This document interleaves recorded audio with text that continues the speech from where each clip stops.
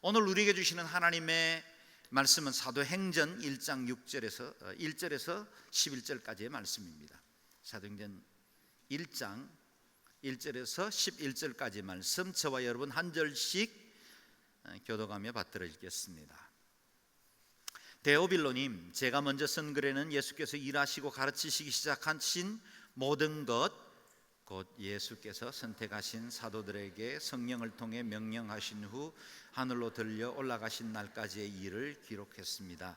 예수께서 고난당하신 후에 자신이 살아계심을 여러 가지 확실한 증거로 사도들에게 직접 보여주셨고 40일 동안 그들에게 나타나 하나님 나라에 대한 일을 말씀하셨습니다. 그들과 함께 모였을 때 예수께서 이렇게 명령하셨습니다. 예루살렘을 떠나지 말고 너희가 내게 들은 대로 내 아버지가 약속하신 선물을 기다리라. 요한은 물로 세례를 베주었지만 너희는 며칠 안에 성령으로 세례를 받을 것이다.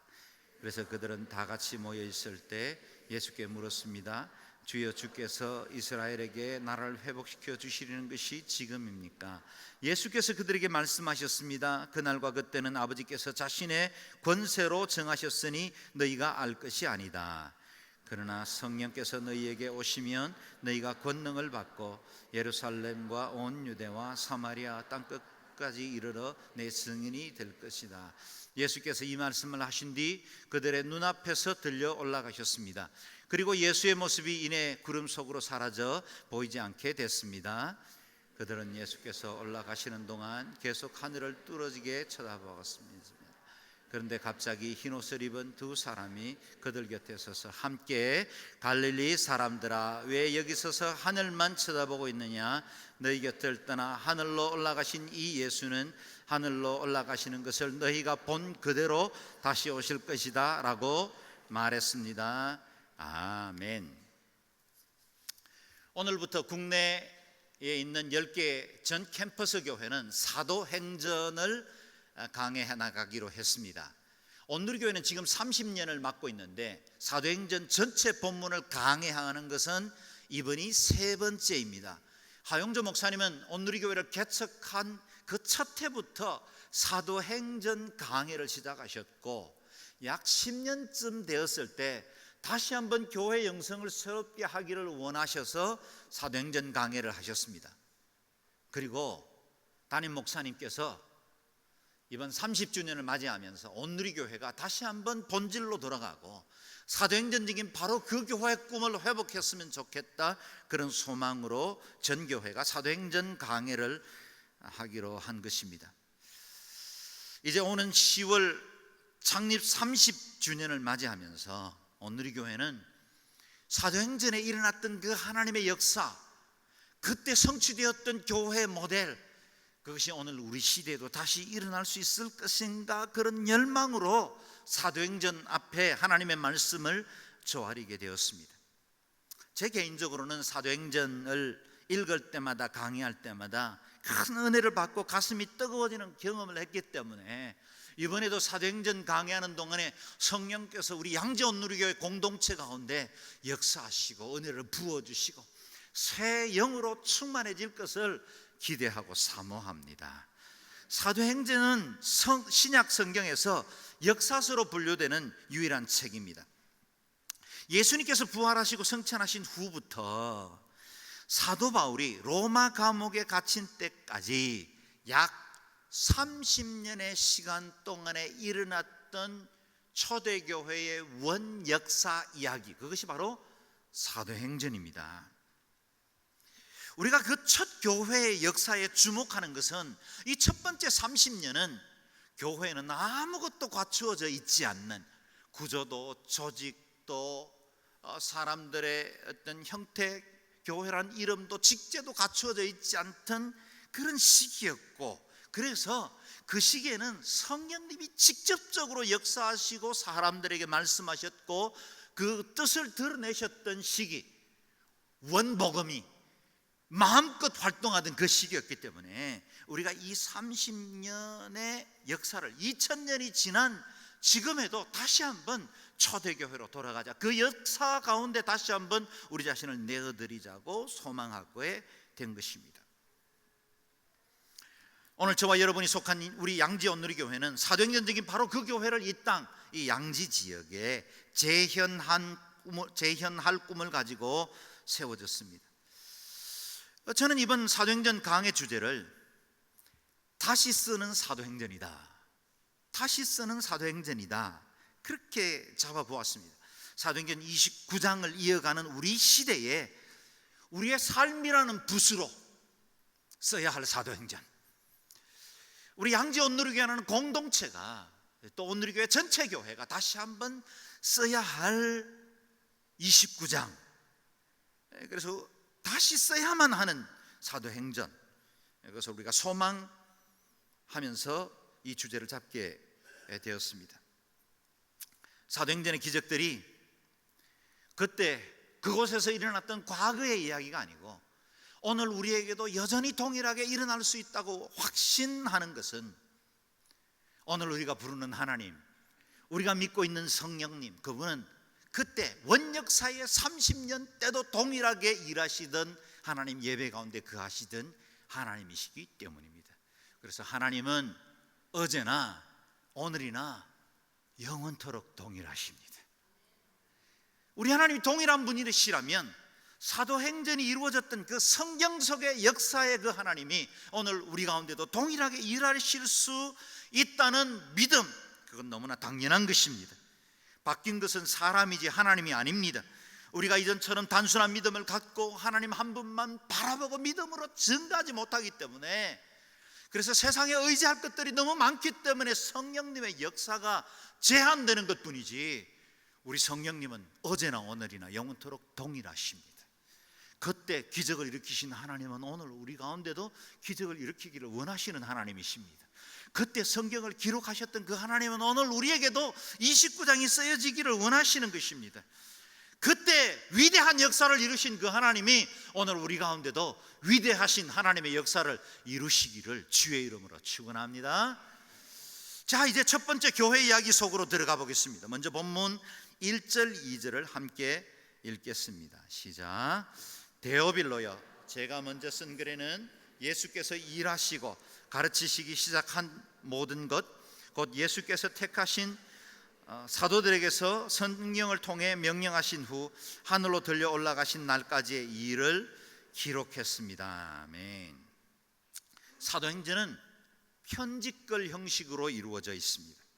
데오빌로라는 수신자의 이름이 등장합니다.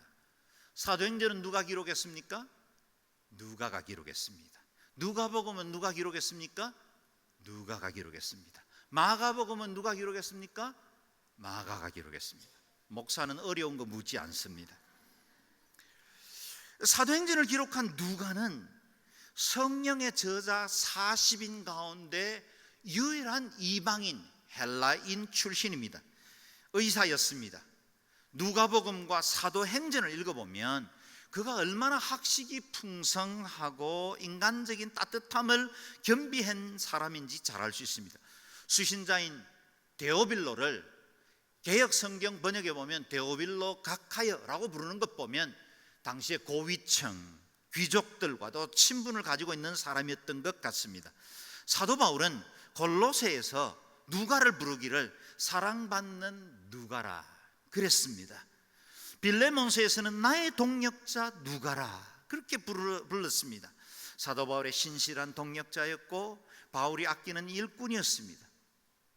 그래서 사도행전이 이루어질 때 누가가 사도 바울과 함께 동행하면서 성령님이 일어나던 그 역사 현장을 보면서 역사적으로 기록을 남긴 것이 오늘 우리가 묵상하기 시작한 이 책입니다. 그 무엇보다 누가를 빛내게 하는 말씀은 사도 바울이 노년에 감옥에서 기록한 말씀에서 알 수가 있습니다. 디모데후서 4장 10절 11절 말씀인데요, 같이 읽어보겠습니다. 시작. 대만은 이 세상을 사랑해 나를 버리고 데살로니가로 갔고 그레스게는 갈라디아로 디도는 달마디아로 갔으며 누가만 나와 함께 있다. 그들은 올 때 마가를 데려와라. 그는 내 사역에 도움이 되는 사람이다. 아멘. 사람들이 이 모양 저런 이유로 다 떠날 때도 누가는 끝까지 노사도의 감옥 수발을 들며 그 곁에 남아 있었습니다. 그가 얼마나 신실하고 충성스러운 일꾼인지를 잘 알 수 있습니다. 누가 정도의 능력이면 독립해서 얼마든지 자신의 사역을 할 수 있습니다. 누가 정도의 인맥과 소양이면 자신이 이 사역의 전면에 서서 드라마를 만들어 갈 수도 있고 자신의 사역을 기록으로 남길 수도 있는 사람이었습니다. 그러나 그는 기꺼이 안질인지 간질인지 자세히는 모르겠지만 사도 바울의 몸에 있는 그 가시를 의사로서 끝까지 돕고 그를 지켜주고 그에게는 엑스트라 같은 사역자로 남을 수 있었습니다. 복음 사역의 전면 무대의 주인공으로 쓰임받고 사람들의 박수나 환호를 받지 않고 조용하게 엑스트라 같은 사역자로 자신을 드릴 줄 알았던 사람 누가? 저마다 1인자가 되고 싶은 세상에서 2인자 리더십이 무엇인지를 보여준 누가? 이 신실한 사람을 통해서 하나님은 분량으로 볼 때 신약 성경의 4분의 1에 해당하는 엄청난 기록을 남기게 했습니다. 오늘 본문에 보면 처음 이런 말로 시작되는데 내가 먼저 쓴 글이라 그랬습니다. 그 글이 무엇입니까? 누가복음입니다. 누가복음과 사도행전은 서로 분리되지 않는 전편과 후편이라 이렇게 부를 수 있겠습니다. 누가복음은 1부작, 사도행전은 2부작 이렇게 불러도 되죠. 전편은 예수 그리스도께서 육신의 몸을 이 땅에 입고 오셔서 행하신 성자 예수 그리스도의 구원의 드라마. 후편은 예수 그리스도의 성천하신 이후에 성령님이 오셔서 새로운 시대를 열어가시고 직접 교회를 창립하시고 교회를 통해서 온 세상에 구원을 전파해 나가시는 구원의 드라마. 그래서 이 두 권은 하나의 책과 같이 연결되어 있습니다. 그래서 전편은 하나님의 아들 예수 그리스도가 주도하신 구원의 사역, 후편은 성령께서 주도하신 선교 사역이 중심이 되어 있습니다. 후편인 사도행전은 전편의 마지막 장면으로부터 시작됩니다. 3절을 같이 읽겠습니다. 시작. 예수께서 고난당하신 후에 자신이 살아계심을 여러 가지 확실한 증거로 사도들에게 직접 보여주셨고 40일 동안 그들에게 나타나 하나님 나라에 대한 일을 말씀하셨습니다. 아멘. 예수께서 고난당하신 후에 그랬습니다. 고난당하신 후, 곧 십자가를 지신 후에, 그 고초를 당하신 후에 주님은 사흘 만에 부활하셨습니다. 복음이 복음된 건 여기서부터 출발합니다. 저와 여러분이 이렇게 기독교라는 한 공동체를 유지할 수 있었던 것도 주님의 죽음이 그냥 한 의인의 죽음으로 그치지 않고 그분이 사흘 만에 부활하셔서 하나님의 아들 되심, 하늘과 땅의 모든 권세를 가지신 하나님의 아들 되셨기 때문에 우리에게 기독교가 존재할 수 있었습니다. 그런데 이 주님은 부활하신 후에 곧바로 승천하시지 않고 40일 동안 땅에 머물러 계셨습니다. 이 40일 기간 제자들에게 보이셨습니다. 믿음을 경고케 하셨습니다. 하늘나라의 일을 가르치셨습니다. 이 시간은 믿음이 연약해진 제자들, 실족하고 넘어졌고 고향으로 돌아갔던 사람들 다시 돌이켜 복음으로 세워주고 믿음으로 온전케 하고 그리스도 안에서 새로운 능력과 은혜를 부어주는 시간이었습니다. 그리고 이 땅의 일을 위해서 살지 말고 하늘나라 위해서를 살라, 하늘나라의 일을 가르치는 시간이었습니다. 그 부활의 주님께서 승천하시기 바로 직전에 우리에게 당부해 주신 말씀이 있습니다. 4절 5절 같이 읽어보겠습니다. 시작. 그들과 함께 모였을 때 예수께서 이렇게 명령하셨습니다. 예루살렘을 떠나지 말고 너희가 내게 들은 대로 내 아버지가 약속하신 선물을 기다리라. 요한은 물로 세례를 주었지만 너희는 며칠 안에 성령으로 세례를 받을 것이다. 아멘. 하늘로 승천하시기 직전에 주님께서 제자들에게 당부하신 두 가지 중요한 명령이 있었습니다. 첫 번째는 예루살렘을 떠나지 말라. 두 번째는 하나님께서 위로부터 내려주실 약속하신 선물을 기다리라. 이 명령은 성자 시대와 성령 시대에 중요한 분수령을 이루게 한 말씀입니다. 예수께서 육신을 입고 오신 동안에는 머무는 곳이 제한됩니다. 예수님께서 갈릴리에 계시면 예루살렘에는 계실 수 없습니다. 예수님께서 저기 베레아에 계시면 예수님은 저기 나사렛에는 거하실 수 없으십니다. 그런데 예수님께서 승천하시고 성령 시대가 임하면 하나님의 그 임재가 성령을 통해 전 세대 그리고 모든 시간과 공간을 초월한 곳 가운데 성령님이 거하실 수 있기 때문입니다. 우리가 일부 예배 때 영상으로 이재훈 목사님 말씀을 듣는데요, 시간의 차이도 있고 공간의 차이도 있어요. 그러나 우리 성령님이 동일하신 분이기 때문에 그게 별로 중요하지 않다는 거예요. 왜요? 성령님은 시간과 공간의 제약을 받지 않는 분이시기 때문에 그렇습니다. 새로운 시대를 열어가시고 온 세상의 복음, 온 인류의 복음이 되게 하려는 분수령을 위해서 첫 번째는 예루살렘을 떠나지 말아야 합니다. 여러분, 하나님의 은혜를 받으려면 떠나지 말아야 해요. 때로는 실망스럽고 때로는 마음에 낙담되고 때로는 사람들에게 상처받아도 떠나지 말아야 역사가 일어나요. 두 번째는요, 기다려야 합니다. 하나님의 주실 그 은혜를 사모하고 그 선물에 대한 열망을 가져야 합니다. 여기 아버지 곧 하나님께서 약속하신 선물, 그것이 무엇입니까? 성령님이십니다. 성령님, 그건 구약 성경에 이미 예언됐던 것들입니다. 요엘서 2장 28절에서 29절 같이 읽어보겠습니다. 시작. 그러고 난 후에 내가 모든 사람 위에 내 영을 부어주겠다. 너희 아들들과 딸들이 예언한 것이고 너희 늙은이들은 꿈을 꾸며 너희 젊은이들이 환상을 보게 될 것이다. 그날에 너희 하인들과 하녀들에게도 내가 내 영을 부어 주실 것이다. 아멘. 마지막 날에 하나님께서 모든 사람들에게 부어 주시겠다고 약속하신 그 성령이 지금 기다리고 있다는 거예요. 아마 시기적으로 보면 지금 위에서는 성령님이 모든 준비를 갖추셨어요. 이제 주님이 부활할 준비를 갖추고 승천하실 준비를 갖춘 것처럼 위에서는 성령님이 임하실 준비가 다 갖춰졌어요. 그게 바로 오순절이에요. 지금 시기적으로 보면 바통을 터치하는 아주 중요한 시점이에요. 만약에 오케스트라로 보면 아주 어마어마한 지휘자의 그 손끝에서 이루어지는 그 지휘봉 따라서 모든 현악기들이 관악기들이 이제 마지막 클라이맥스 그 연주를 하기 위해서 활을 준비하고 있는 것 같은 그런 장면이 지금 이 시기가. 그러면 모든 영광이 하늘로부터 임하고 성령 시대의 새로운 역사들이 열어갈 그런 중요한 준비예요. 그 준비하는 그 시기가 어쩌면 제자들에게도 가장 어려운 시기일 거예요. 주님이 떠난다는 그런 두려움이 있었겠죠. 그리고 여전히 박해나 주변 사람들로부터 오해도 받고 있고 예수 그리스도에 대한 모함과 거짓과 그리고 주의 믿는 공동체를 박해하는 일들이 계속되던 때였어요.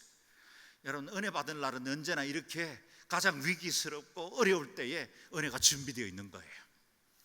광야를 끝나면 하나님께서 영광스러운 은혜의 나라로 우리를 인도해 주시는 것처럼 내가 지금 가장 힘들고 어려운 시기를 거치거든 주님께서 내 인생과 삶 가운데 새로운 일들을 준비하고 있구나, 그렇게 생각하면 틀림없습니다.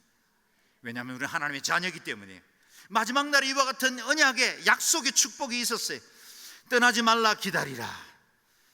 사도행전의 세계로 가는 동안 이 명령을 굳게 붙드시기를 바랍니다. 그리고 이 명령을 기다릴 때 무작정 버티고 시간만 때우는 게 아니라 사모하십시오. 준비하십시오. 이 명령은 약속이기 때문에 그 약속은 반드시 성취됩니다.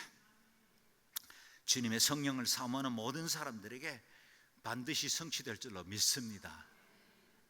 저는 우리 양지원 누리교회 모든 성도들이 성령으로 충만하기를 바랍니다. 그동안 이성으로 믿고 말씀 때문에 뭔가 그럴싸해서 믿던 것, 습관 때문에 우리 부모님이 모태신앙으로 나를 낳았고 또 마누라 때문에 내가 교회 다녔고 마누라 때문에 신앙생활 한 사람을 마태신자라고 부르더군요. 모태신자에 겸하여 어쨌든 내가 어떤 형태든지 여기까지 왔더라도 그냥 이 정도의 신앙에 그치지 않고 하나님께서 예배하신 그 성령의 능력, 그 은혜 누릴 수 있기를 주의 이름으로 축원합니다. 5절에 말씀하지 않습니까? 너희는 몇 날이 못되어 성령으로 세례를 받으리라. 지금까지 요한의 물세례 같은 신앙을 생활하고 있었다면, 습관적이고 의무적인 신앙생활에 있었다면, 한때 열심히 있었던 과거의 일들을 그냥 추억하는 정도로만 살고 있었다면, 요한의 물세례 수준에서 이제 성령님의 불세례로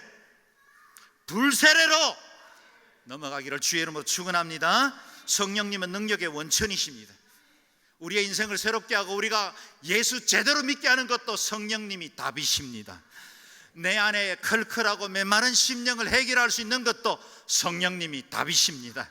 내 안에 안개와 같이 모든 것들이 불투명하고 믿음 없는 것 때문에 갈등하던 것도 그 답은 성령님이십니다.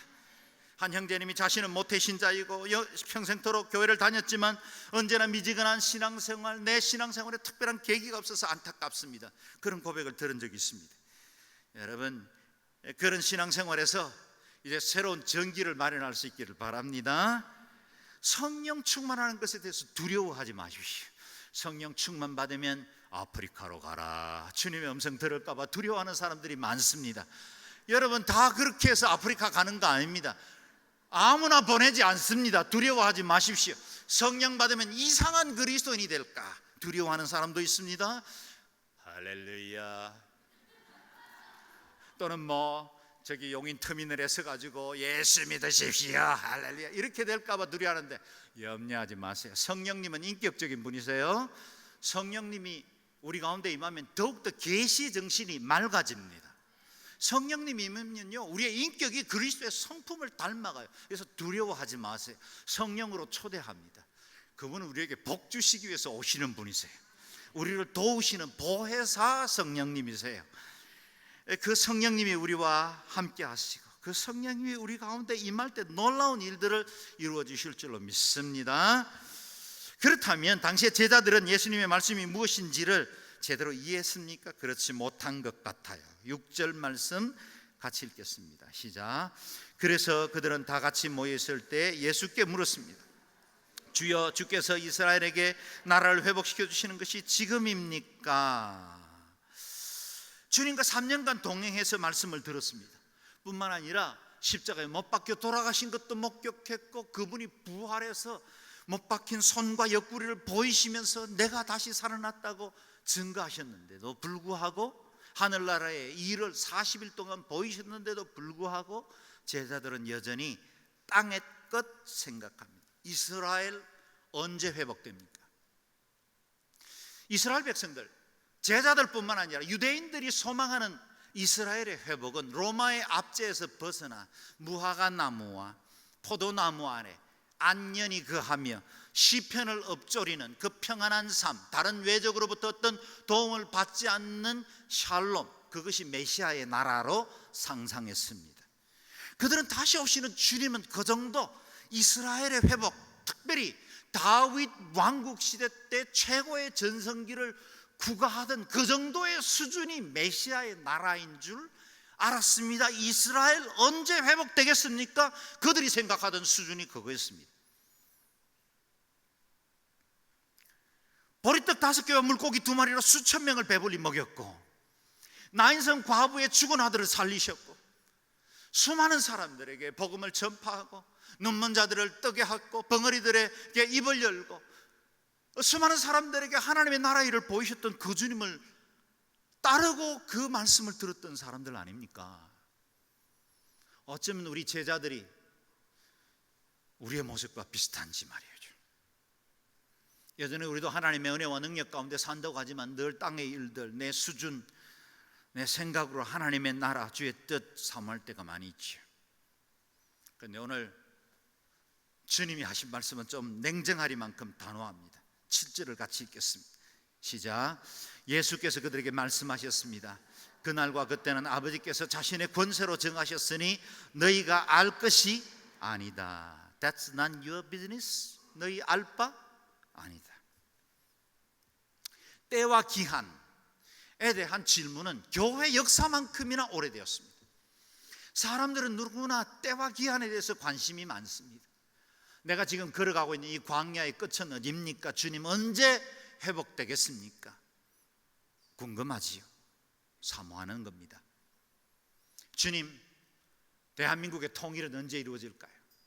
궁금합니다. 우리는 다 기다립니다. 주의 예수님 다시 오시는 그날, 재림의 날은 언제입니까? 우리는 다 때와 기한에 대해서 관심이 많습니다. 그런데 아들 되신 그분이, 역사를 주관하시고 통치자 되신 그분이 말씀하시기를 이 때와 기한은 하나님 그분 전적인 주권 위에다 올려놓고 그분에 속한 것이라고 말씀하십니다. 우리가 해야 될 일은 따로 있다는 것이죠. 미래는 우리의 시간이 아닙니다. 역사의 주권은 하나님이십니다. 전능하신 하나님의 뜻 안에 있습니다. 때와 기한에 대해서 궁금하십니까? 내려놓으십시오. 여러분, 미래는 우리의 시간 아닙니다. 하나님의 섭리가 정확한 때에 이루어질 수 있도록 내어 맡기기만 하십시오. 하나님의 수레바퀴는 천천히 돕니다. 그러나 언제나 정확합니다. 하나님의 일과 우리의 일을 잘 구분하는 것이 신앙의 지혜입니다. 때와 기한은 우리에게 속한 것이 아니었습니다. 그렇다면 우리가 관심 가져야 할 바가 뭘까요? 8절에 나오는데요, 7절과 8절을 연결해서 같이 읽어보겠습니다. 시작. 예수께서 그들에게 말씀하셨습니다. 그날과 그때는 아버지께서 자신의 권세로 정하셨으니 너희가 알 것이 아니다. 그러나 성령께서 너희에게 오시면 너희가 권능을 받고 예루살렘과 온 유대와 사마리아와 땅끝까지 이르러 내 증인이 될 것이다. 아멘. 우리가 붙들어야 할 비전은 무엇입니까? 그것은 하나님의 나라예요. 너희는 먼저 그의 나라와 그의 의를 구하라. 여기까지 만약 거쳤다면 이기적인 이 인간들이 주님 앞에 충성하고 헌신할 리가 없겠죠. 그런데 감사하게도 약속을 주셨어요. 그리하면 이 모든 것을 너희에게 더하시리라. 너희에게 더하시리라. 누구의 주권입니까? 하나님입니다. 먼저 그의 나라와 그의 일을 구하는 건 누구의 일입니까? 저와 여러분의 일입니다. 이 땅에 사는 날 동안에 우리가 주님의 나라와 그 땅을 귀경하면 우리의 밭은 주님이 갈아주십니다. 내가 주를 위해서 사랑하고 충성하고 봉사하면 하나님이 내 인생을 보정해 주신다는 것입니다. 8절에 오직 성령이 너에게 임하시면, 그래서 오직, 답은 하나밖에 없다는 것입니다. 성령의 시대가 열리고 있습니다. 하나님의 신이 활동할 때 그 주님의 나라가 우리 가운데 임하는 방법이 성령을 통해서 주어질 때 그분을 붙드셔야 돼요. 그래서 성령 충만, 오순절, 이건 특별한 몇몇 교단으로 제한돼서는 안 됩니다. 오늘날 특별히 보수적인 교단이 성령님의 사역에 대해서 너무 문을 닫아버렸어요. 어마어마한 영적 자원들을 잃어버리고 산 채로 오랫동안 교회 안에서 만든 제도, 예전, 절차, 여러 가지 교회법, 그거에 따라서 예배하는 것은 충실한데 하나님이 부어주시는 은혜, 새로운 영의 축복들을 놓치고 있을 때가 많은 것입니다. 그렇다면 성령님이 임하면 무슨 일이 일어납니까? 두 가지 일이 납니다. 첫 번째는 권능을 받고 두 번째는 증인이 됩니다. 성령님이 임하면 자연스럽게 권능이 임합니다. 왜냐하면 성령님이 능력이 많으신 분이시거든요. 오직 성령이 너희에게 임하시면 너희가 능력을 받고, 이 능력에서 디나미스라는 말에서 다이나마이트라는 말이 나왔습니다. 폭발력 있는 그 힘, 파워, 거기에서 권능이라는 말이 나와요. 성령님이 임하면 권능이 임합니다. 그래서 성령 충만 받으면 물론 모든 사람들에게 다 그렇게 권능이 드러나지 않지만 믿는 자들에게 따르는 표적에 관한 것들, 믿는 자들에게 이런 표적이 따르니 손을 얹은즉 귀신들이 떠나고 병들이 치유받고 무슨 독을 마실지라도 해를 받지 않고. 그 같은 능력이 언제 일어납니까? 성령님이 임할 때. 그래서 똑같은 사람인데, 여전히 부족한 사람인데 성령이 임하면 기적이 드러나는 거예요. 두 번째, 성령님이 임하면 증인이 됩니다. 이 증인이라는 말, 마르투스라는 말은 곧 순교자라는 말과 같은 어원을 갖습니다. 당시만 해도 복음을 전하는 것, 곧 죽음을 불사하고 곧 생명을 내놓는 사역이어야 했기 때문입니다. 이 두 가지의 단어의 동일한 어근을 갖습니다. 초대교회에서 증인은 곧 순교자였습니다. 목숨 내걸고 복음을 전하지 않으면 안 되었습니다. 성령 충만의 가장 확실한 증거는 복음 전파입니다. 내가 지금 믿고 있는 이 예수님, 내가 알고 있는 이 복음에 대해서 전하고 싶은 열망이 들면 그분에게는 거의 성령님이 임하셨다 해도 틀림이 없습니다. 우리가 어떤 특별한 일들 경험하면 다 전하고 싶어 하지 않습니까? 맛있는 음식, 새롭게 신장 개업한 식당이 싸고 맛있었어요. 그냥 있겠어요? 가족들하고 같이 한 번 더 가서 먹겠죠. 친구들에게 요즘 그 식당 정말 맛있다 라고 말하겠죠. 그게 무슨 이상한 일입니까? 무슨 대단한 일이겠어요? 영화를 보고 왔는데 재밌어요. 그럼 권하겠죠. 1000만 관객 돌파가 이루어지는 거죠. 그때 내가 예수 믿었어요. 거듭났어요. 이 복음이 너무 고마워요. 전하는 게 뭔 이상하고 대단한 일이겠습니까? 안 전하는 게 이상한 거예요. 성령님이 내 심령 속에 예수 그리스도 구주로 고백하게 하셨는데도 여전히 내가 복음 전하지 못하고 사람들에게 예수 믿는 것, 밝히는 것을 꺼리는 것, 그게 이상한 거예요. 기적 중에 기적이에요. 성령님이 임하면 자연스럽게 증거의 열매가 맺힙니다. 주님은 제자들이 꿈꾸는 왕국의 수준을 바꾸어 놓았습니다. 제자들은 유대의 회복 정도를 꿈꿨어요.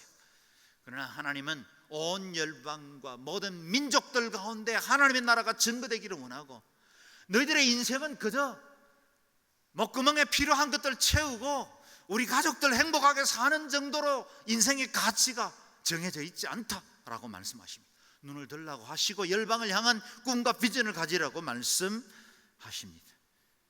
주님은 약속하신 성령을 기다리는 마지막 명령을 남기시고 이제 하늘로 승천하게 되었습니다. 9절 말씀을 읽겠습니다. 시작. 예수께서 이 말씀을 하신 뒤 그들의 눈앞에서 들려 올라가셨습니다. 그리고 예수의 모습이 이내 구름 속으로 사라져 보이지 않게 되었습니다. 주님께서 이 땅에 초림하실 때는 가장 낮은 자리, 갓난아이 무능한 존재로 이 땅에 오셨습니다. 그러나 다시 오실 때는 그렇게 오지 않습니다. 구속사역을 마치시고 올리우실 때 영광스러운 모습으로 많은 사람들 앞에 성천하심과 같이 다시 오실 때도 영광의 구름을 타고 오실 것입니다. 주님께서 가지셨던 그 성삼위 하나님과의 본체의 자리로 돌아가셨습니다. 여기 오늘 본문에 보면 올리워 가셨다, 여기 헬라어 원어에는 올리워 가셨다 그랬어요. 개역 개정도 그렇게 번역했어요. 주님이 점퍼해서 올라간 게 아니라 하늘로부터 뭔가 흡인력이 있는 것처럼 빨아올리신 거예요. 주님의 그 육체의 몸을 가지고 있을 때 하늘로부터 그 영광의 에너지가 하나님을, 주 예수님을 승천시키셨습니다. 성삼위의 자리로 복귀시키신 거죠. 이 하늘의 강력한 힘, 그것을 올리우신 그분이 어느 날 다시 우리가 오신다고 약속하셨어요. 10절 11절 같이 읽어볼까요? 시작. 그들은 예수께서 올라가시는 동안 하늘을 뚫어지라 쳐다보고 있었습니다. 그런데 갑자기 흰옷 입은 두 사람이 그들 곁에 서서 갈릴리 사람들아, 왜 여기 서서 하늘만 쳐다보고 있느냐? 너희 곁을 떠나 하늘로 올라가신 이 예수는 하늘로 올라가시는 것을 너희가 본 그대로 다시 오실 것이다 라고 말했습니다. 아멘. 우리가 귀 기울여야 할 마지막 메시지, 왜 하늘만 쳐다보고 있느냐? 제자들이 주님의 그 영광스러운 성천을 보고 넋을 잃은 채 바라보고 있는데 그들 곁에 섰던 천사가 이야기합니다. 왜 하늘만 쳐다보고 있느냐? 너희 가운데 올리우신 예수가 다시 오실 것이다. 현실로 돌아오라. 우리는 은혜 받으면 자꾸 산으로 가려고 합니다. 기도원에 머물려고 합니다. 좀 더 큰 자극, 좀 더 큰 은혜를 받아야 된다고 생각해서 무슨 은사 집회나 무슨 신령한 모임이 있다는 곳에 방황하고 스쿨들끼리 계속해서 스쿨 바이 스쿨 다녀요. 여러분, 성령님은 그렇게 계속 다닌다고 해서 더 큰 성령님으로 임하지 않아요. 하늘만 쳐다보고 있으면 성령님이 임하지 않아요. 우리가 은혜를 받았을 때 그 은혜가 부어져야 해요. 샘물은 퍼내야 샘물이 고이는 겁니다. 우리 그리스도인들은 언제나 주님을 고대하고 살아야 합니다. 그러나 동시에 다시 오실 주님을 기억해야 합니다. 하늘로 올라가심을 본 그대로 다시 오실 것이기 때문입니다. 왜 선교해야 합니까? 주님이 다시 오시기 때문입니다. 우리는 예수님의 부활하시고 승천하신 한 시간과 다시 오시는 그 새로운 재림의 시간, 이 두 시간 사이에 살고 있습니다. 제자들에게 동일하게 말씀하신 것처럼 오늘 이 땅을 살아가는 우리에게도 역시 두 개의 시간 사이에 살고 있습니다. 마치 우리 개인이 출생과 사망이라는 두 개의 시간 안에 살고 있는 것과 같습니다. 초림 예수님은 이 땅에 가장 낮은 자로 오셨지만 재림하시는 예수님은 심판주로 오십니다. 그리고 저리로서 산 자와 죽은 자를 심판하시게 될 겁니다. 그때는 양과 염소가 나누어지고 영생과 영벌이 나누어집니다. 아들이 있는 자에게는 생명이 있고 하나님의 아들이 없는 자에게는 생명이 없습니다. 그때는 쭉정이와 알곡이 나누어집니다. 그때는 왼편과 오른편이 나누어집니다. 천하 인간의 구원을 얻을 만한 다른 이름을 우리에게 주신 일이 없기 때문에 예수 그리스도를 중심으로 모든 것들이 나누어지는 심판의 날이 다가옵니다. 이 마지막 한 시간 전에 우리를 두셨어요. 그래서 이 두 시간 사이에 사는 사람들은 누구나 선교의 시간을 삽니다. 이 두 시간 사이는 기회의 시간이요, 은혜의 시간이요, 마지막 추수의 시간입니다. 우리는 이 시간에 부름을 받았고 이 시간은 종말의 때 하나님의 나라와 복음을 위해서 쓰임받도록 세워졌습니다. 여러분, 무엇을 위해서 사셨습니까? 무엇을 위해서 살고 싶으십니까?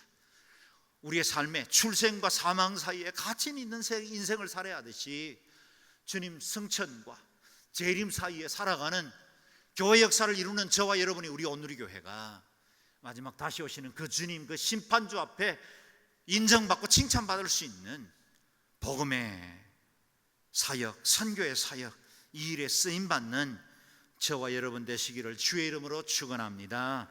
아멘. 이 시간에 통성으로 1, 2분 정도만 기도하겠습니다. 하나님, 이 은혜의 시대에, 이 선교의 시간에 하나님 이 두 시간 사이에서 정말 가치 있고 복된 인생 살아가도록 저를 주장해 주옵소서. 이것이 가능하도록 성령 충만케 하여 주옵소서. 함께 기도하겠습니다.